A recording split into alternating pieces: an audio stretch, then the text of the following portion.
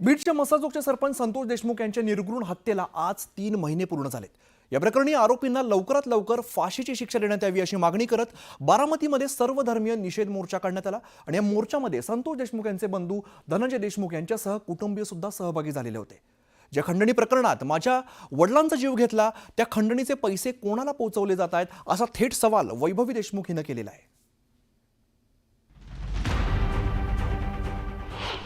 देशमुख हत्याकांडाला 3 महिने पूर्ण। बारामतीत निघाला आक्रोश मोर्चा।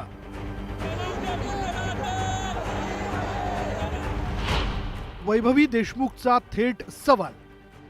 माझ्या वडिलांची जी हत्या या खंडणीतून झाली आहे, नेमकं ही खंडणी जात कोणासाठी होती?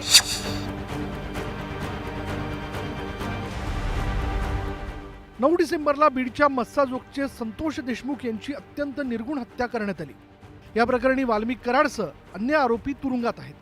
आरोपींना फाशीची शिक्षा व्हावी अशी मागणी करत बारामतीत सर्वधर्मीय आक्रोश मोर्चा काढण्यात आला। यावेळी धनंजय मुंडेंविरोधात जोरदार घोषणाबाजी करण्यात आली।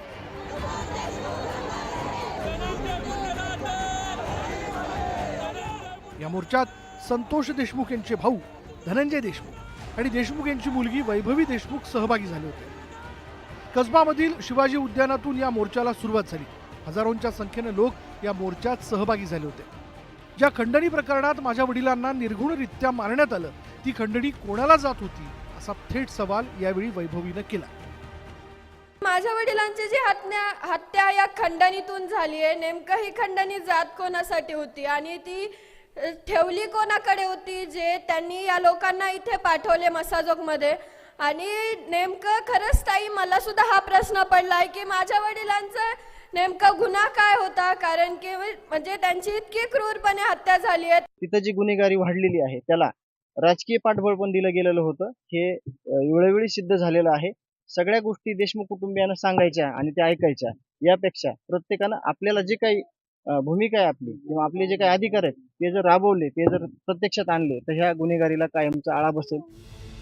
या मोर्चात राष्ट्रवादी अजित पवारांचे बंधू श्रीनिवास पवारही आणि पुतळे युगेंद्र पवारही सहभागी झाले होते। मोर्चानंतर झालेल्या सभेत धनंजय देशमुख यांनी बीडमधील भयानक परिस्थिती बारामतीकरांना सांगितली।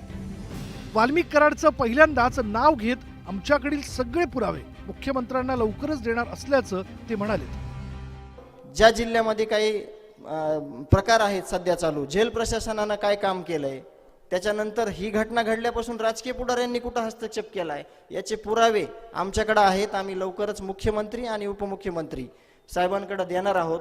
ज्या गोष्टीचा हस्तक्षेप या प्रकरणात होतंय उपमुख्यमंत्री साहेब त्या गोष्टी तुम्ही काढून टाका, तुमचं काही नुकसान होणार नाही ह्याची शाश्वती मी तुमच्या सगळ्यांच्या वतीनं देतो।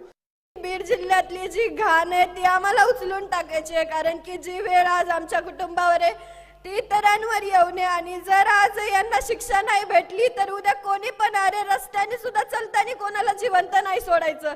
धक्का लागला तरी मर्डर होत लागतील या। आणि प्रशासनाला खरंच माझी विनंती आहे की तुम्ही लवकरात लवकर माझ्या वडिलांना न्याय मिळवून द्या। संतोष देशमुख यांच्या हत्येनंतर राज्याचं राजकारण ढवळून निघालं। या प्रकरणी दाखल करण्यात आलेल्या आरोपपत्रामध्ये अनेक धक्कादायक खुलासे समोर आले। हत्येचा एक आरोपी कृष्णा आंधळे 90 दिवसानंतरही फरार आहे। त्यामुळे या प्रकरणी आता काय शिक्षा होते याकडे सगळ्यांचंच लक्ष लागलंय। गोविंद वाकडेसह bureau report, news 18 Lokmat, Baramati.